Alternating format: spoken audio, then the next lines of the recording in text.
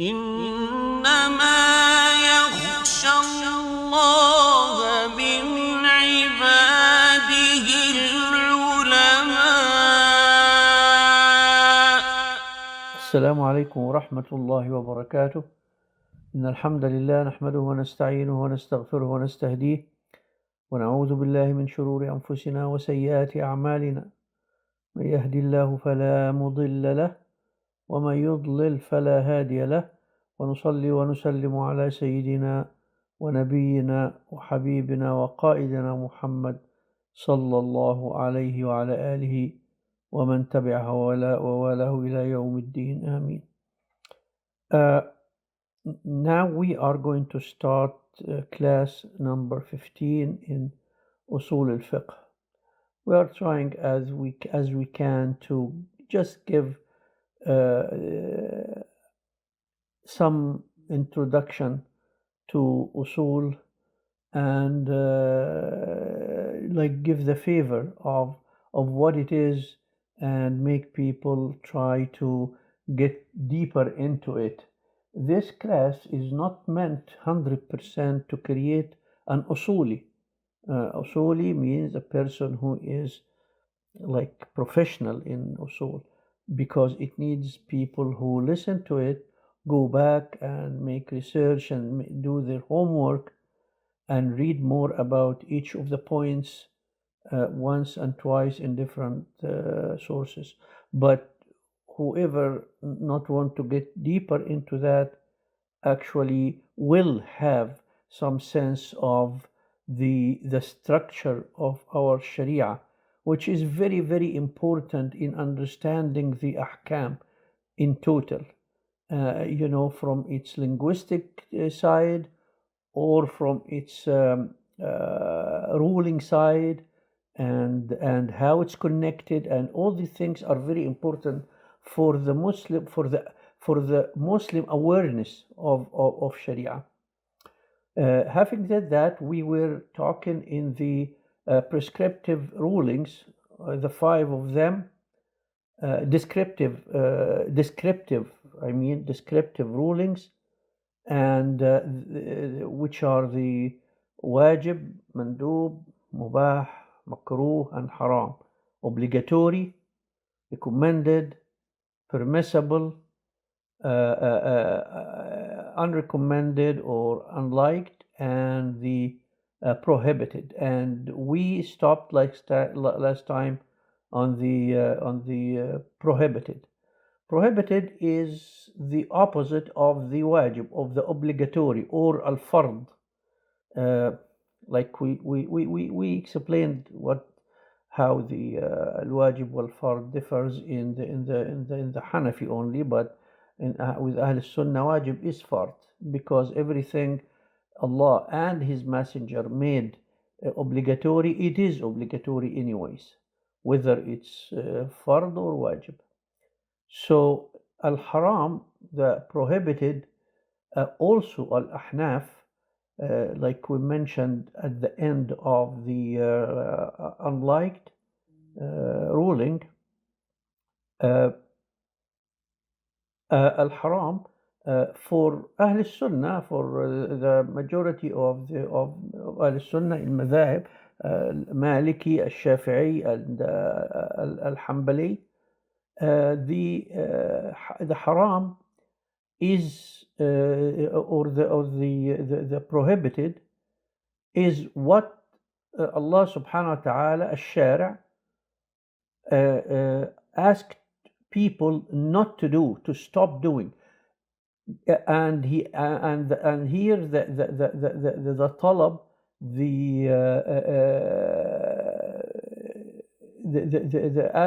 the command is has to be left alone, has not to be done. There is no like playing with it. You have to just stop doing. This is prohibited. It's forbidden. And the Al-Ahnaf said the prohibited, it's either prohibited by Sunnah or prohibited by Quran. Whatever prohibited by the Sunnah, in the Sunnah, they call it makruh, they call it unliked, but unliked, prohibited unliked. Like it's just a name, prohibited. The consequence is the same, the result is the same, that it is prohibited, you cannot, forbidden, you cannot do it.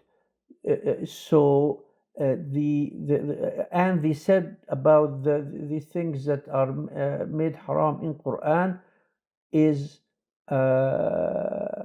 haram, is the prohibited. Like I said, Ahl Sunnah didn't make this distinction in their Usool of the rulings. So if we look at the Jumhur of ulama al-Usul, we will find that they have actually looked at the prohibited from three different angles.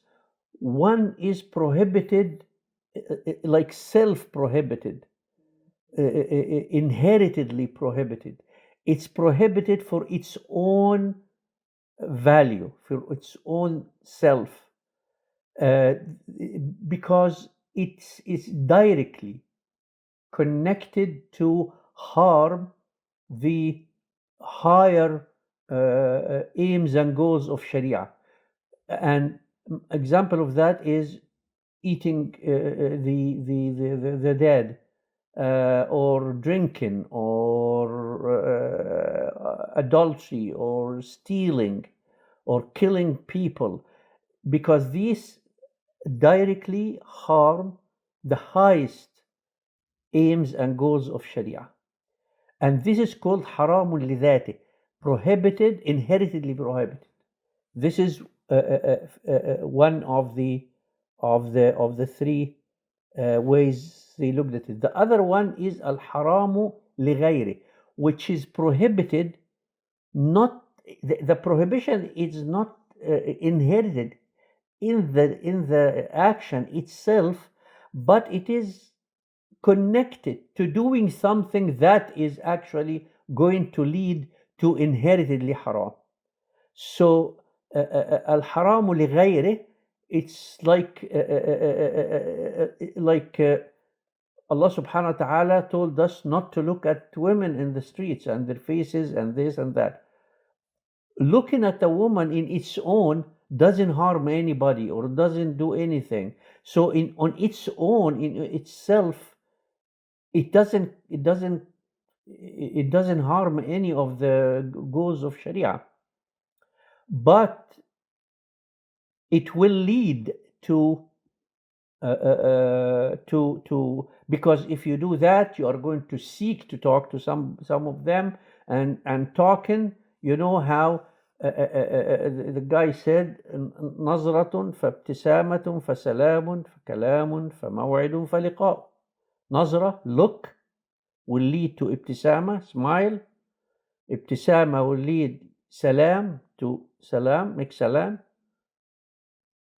فكلام, then you will talk after the salam. فموعد, then you take a date. Then the end is فلقاء, you will meet and do the haram. So it starts with nazra, with look. So that's why the looking is actually is haram, is haramun lighayri, but it's still haram. It's still haram. The same thing as the haram lidhati. It's haram. There is a difference in we will going to talk about, but it's still the same category as prohibited. The third, the other example is to marry two sisters. I mean, marrying the two sisters. This sister in her own is halal for you. This is halal for you. So why not together? So that the prohibition here is for something that's outside the action itself. It's because it will create animosity between two sisters, and the connection between brothers or sister is much important than the contract,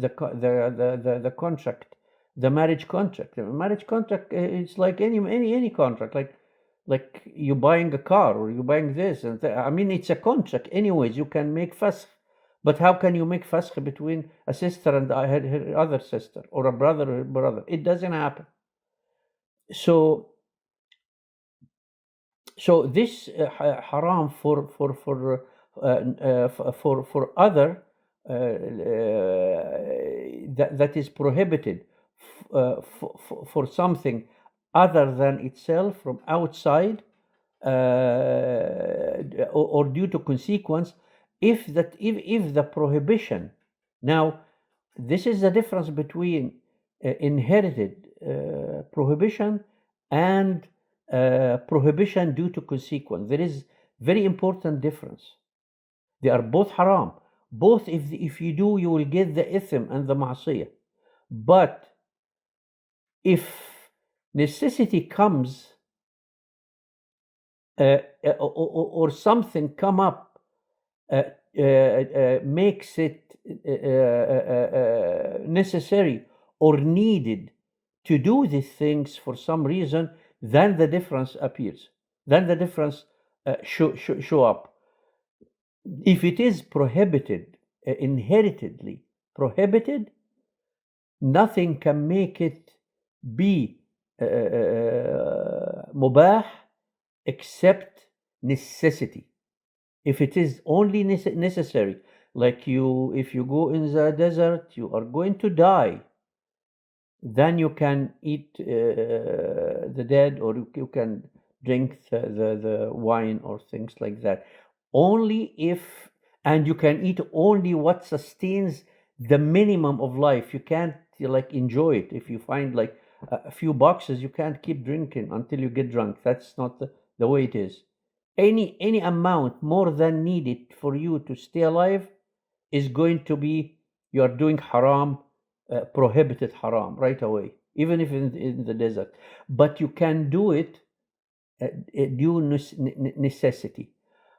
The prohibited due consequence, which is called tahrim al-wasail, which is the mean. It's prohibited for the mean, because it's a mean to something.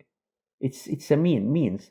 So whatever made prohibited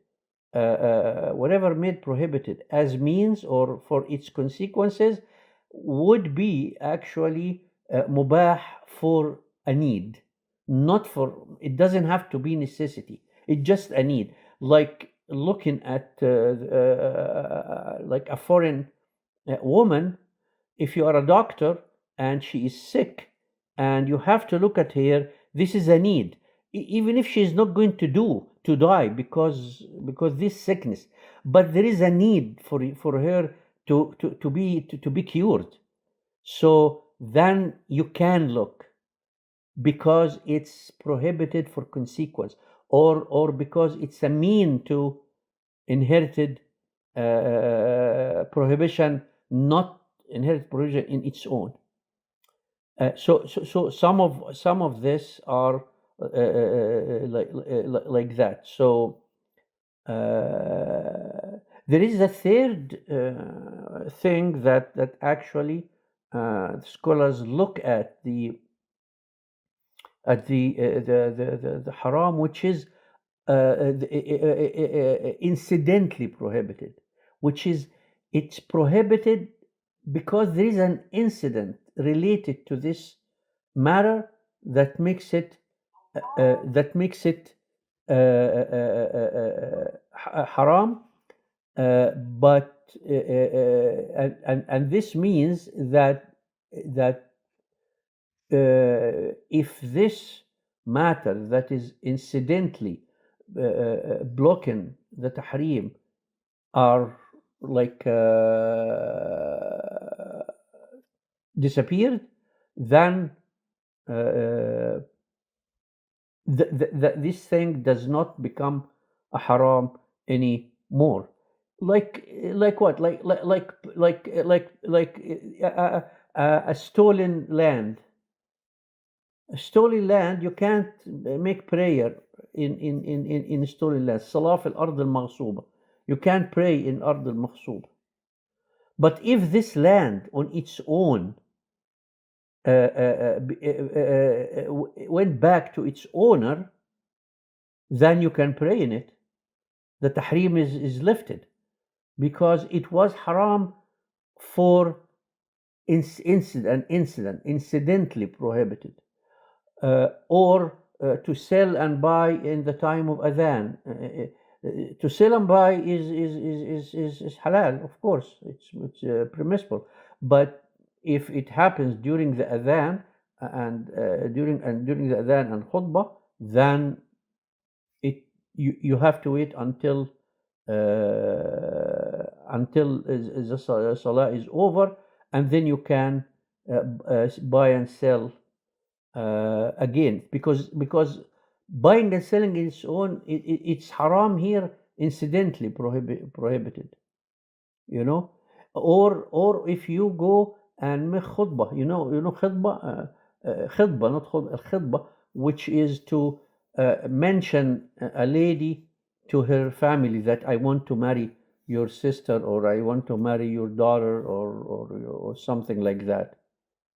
Would be hard, your mother, but anyways, sometimes. But if this happens, it's called khutbah. So Rasulullah sallallahu alaihi wasallam made a prohibition: لا يخطب المسلم على خطبة أخيه. You don't go, if some girl is talking about already, it is prohibited to go and talk about her. Talk again. Say no. I want to marry her. As long as the first khutbah with the other brother it stands. If he comes and say, okay, I went back, I don't want to marry her, then you can go. Then her khutbah is open to any one who wants to marry her. So looking at haram, you have to distinguish between these three: the inherited prohibition, the prohibition for consequence or means prohibition, and the incidentally prohibited. It's prohibited by instant. And of course, haram, like we said before, haram is the action in the definition in the books of Usool, is the action that when a Muslim do, he gets punished. He's doing a ma'asiyah, he's doing a sin, so he gets punishment. And if he refrained from doing that, he gets thawab. So, but in the other definition I introduced, which is haram, prohibition, are those things that would harm the means and goals of Sharia, either directly at the level of the highest level of goals, or indirectly by making harm to these things that actually are means to these goals and aims, the aims and goals of Sharia. So any haram will do harm to either the highest or to something that will harm the highest, and both are haram. That's why it is prohibited. It is prohibited not just because Allah wants it not to be done. It's prohibited because it harms the aims and goals of Sharia, and it harms the aims and goals of Sharia are bringing the best for humans and prevent the worst from happening to them. So in this case, haram is meant to prevent the worst from happening to humans. So it either prevented by not harming the main goals, or by not harming, introduce harm to those things who might harm the highest aims and goals of Sharia. Now, so we have actually now concluded the descriptive rulings, the 5 of them, and we are going to talk about some points or benefits that are related to these prescriptive legal rulings. These benefits actually are kind of dig deeper into these prescriptive rulings, and examine and see what we can understand more about the relationships between these things, because and this is what Shatibi in Muwafaqat introduced. Of course, I got just 2 or 3 points here that can be very important for us to know here at this level, but the whole of Muwafaqat is about that. It's not about what the general or the regular Usool Fiqh textbooks talk about. It's about digging deeper behind what we say. So we are going to talk about a couple of points here as this dig deeper purpose. The first benefit we can take from this is that the 5 prescriptive rulings, including doing and not doing, from obligatory to prohibited, it's actually related to al-maqasid, related to the aims and goals of the Sharia. So these 5 rulings, obligatory, recommended, permissible, disliked, prohibited, it pertains to actions. These are the actions we do. The emotions and intentions are directly related to al-maqasid, to the objects of these actions, of this action, and all these actions have to be connected to the maqasid some way. It has to have a maqsad. Why? Because if you look at any action that is completely naked from any maqsad, from any goal, from any meaning, from any intention, you will actually find out that it is the actions of animals. هذه التصرفات العجموات in Arabic. العجموات, those are عجميات, it doesn't understand.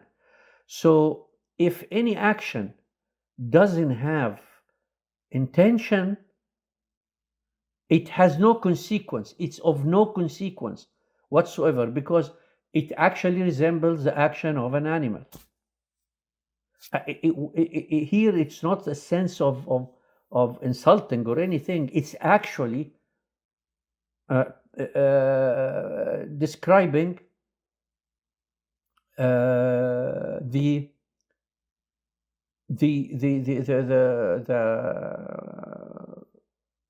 actions itself as the action of the animals, because the animal, when he take any action, he doesn't mean anything with it. It's just an action, maybe related to instinct, but there is no intention to it. So we have to understand this. We have to take it into consideration all the time. Uh, the other thing is all these levels we consider in the prescriptive. Uh, actually, I misused the word I said before in my in the first part of the class. Descriptive, it's actually prescriptive. Prescriptive. You know, it's just a mistake, but I talk fast and anyways. So all these prescriptive legal rulings, there is a relationship between each one of them. First of all, the wajib, the obligatory, and the liked or recommended, they too constitute something that's called a talab, which is it's a recommendation. They both are recommendation, but one of them it's a definite and a definite recommendation that has to happen, and the other is not definite recommendation, undefinite, it's indefinite recommendation, or it's up to the person to do it or not to do it. It's good to do it, it's just recommended to do it.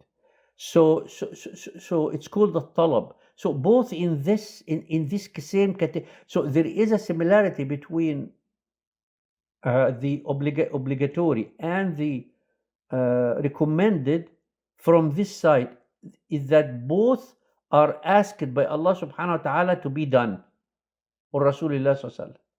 Both are asked to be done. Both are recommended, but one is recommended that you have to do it, and one is recommended that it is good to do it. But both are asked to be done. Also, the same with the truk. The truk are the actions to be left, not to be done. So the makruh, the disliked, and the prohibited, they are both at a same level, is asking as well. Allah subhanahu wa ta'ala and Rasulullah asked for these two to be done, but negatively, to stop doing it. But it is at the end of the day, it is an action, because not to do the action for the Jumhur, it is an action. But we don't want to get into this. It's big, but we are saying that both the disliked and the prohibited are asked to be left, not to be done, are asked not to be done. Now, the other thing we have to hear, if you think about that, about the permissible is the one that is the middle. It is actually not asked to be done in general. But how can it be not done in general? If we think a little bit about the liked or the recommended, we will see that from one side it is not asked to be done like the obligatory, but also it is not asked not to be done by the prohibited. So it shares.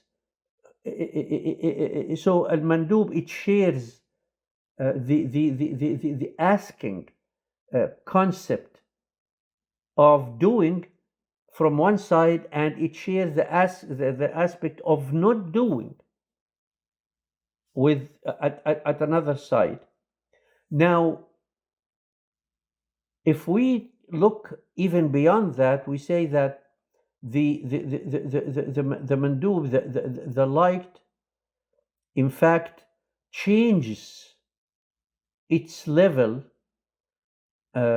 between being liked, only mandub, only recommended, if it is applied, when we look now to an individual or a specific point of time, for instance, and looking at the whole, and the whole, not the part, the whole. So the part is whether it is liked to this person, what happens for the whole, for all the community, what happens, what is the level of the recommended then, and the same with the disliked. It's disliked for a person or disliked for the whole. Now, if we think about that, we will find out that the recommended for a person, you can do it or not do it. If you do it, it's good for you. It's not mubah. We're talking about the recommended. So recommended has a connection to mubah as well, because you can leave it. You see, they are all connected somehow. So if we talk about the recommended as something that you are asked to do, but not like you have to do it. There is no obligation. Without obligation, you are asked to do without obligation. As an individual, if this is the case, then this action will be obligatory on the whole. It moves from being recommended on the individual to be obligatory on the whole. Like what? Like, give example. Like making adhan in mosques.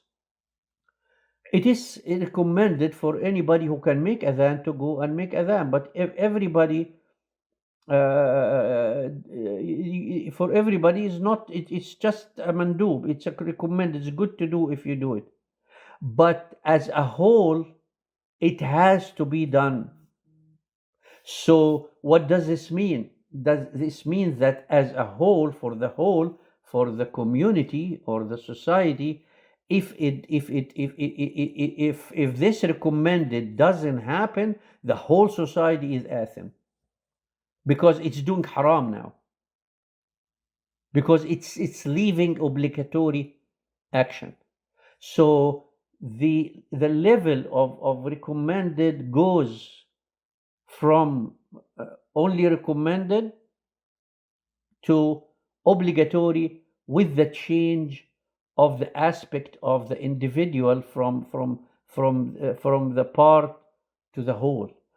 Also, with the same meaning, if you look at in the life of a human, if a human at a point of time in his life, he's like he's not doing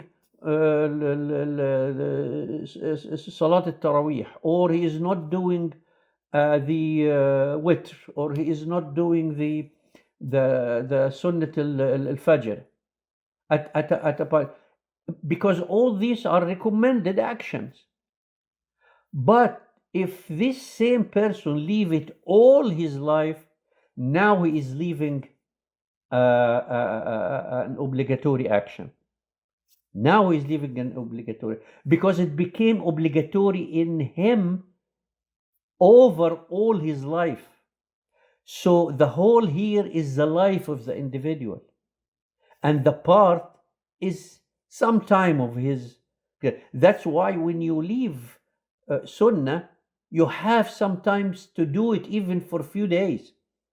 You can't leave it all together, because it goes up to the level of obligatory.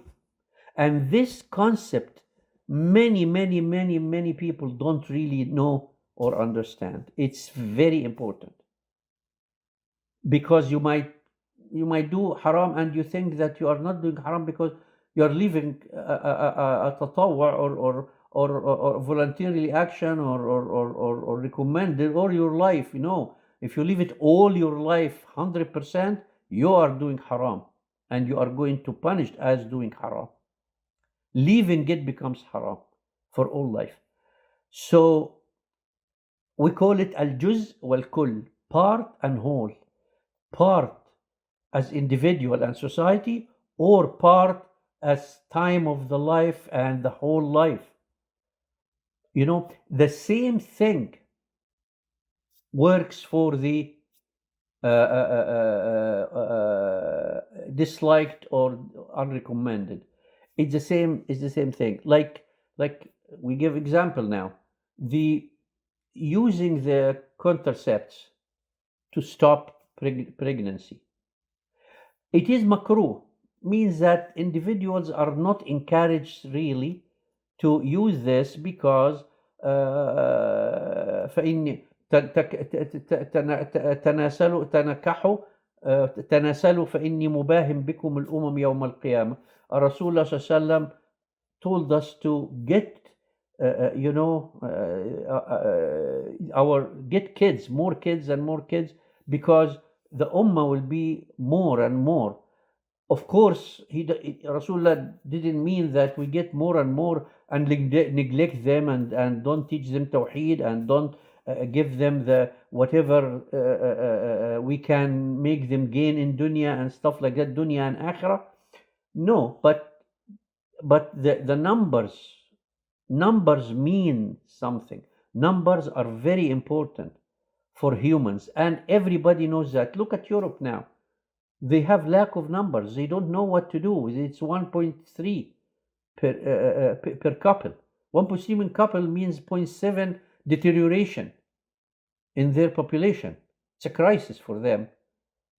China, when it tried to do that, now they are regretting and giving like a lot of money to a person get a second and third baby. So numbers are very, of course, against all these kuffar and seculars of our Arab countries that are failure in controlling their countries and make development using the numbers. They don't know how to use the numbers, so they want it to be less. So using the contracepts is not recommended and disliked for a person, but it is haram for the society.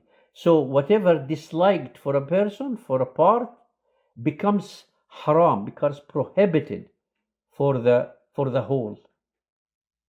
See the wisdom of it.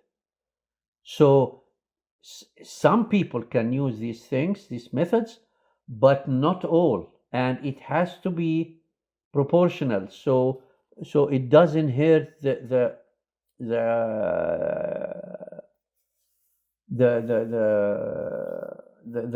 main and aims and goals of society.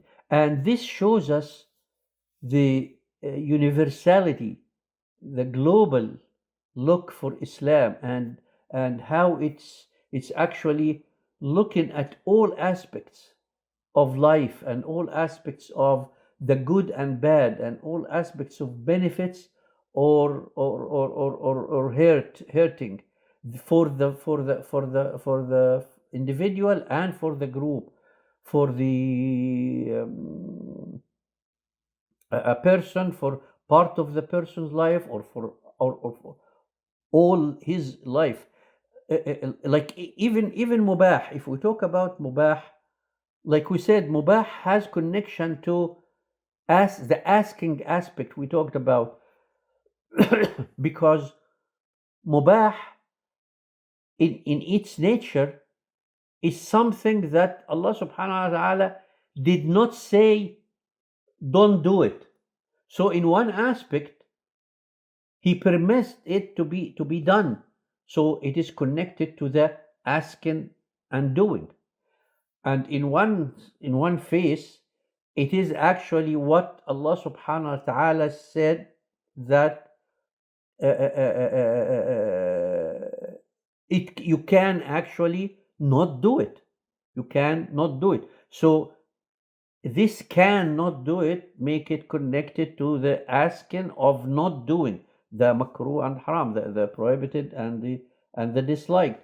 So the mubah has a relationship between the two. Like so whatever permissible for a person, like watching some TV, or playing basketball, or playing football, or going, this lahu al-bari, the innocent entertainment in parks and rivers and cottages and stuff.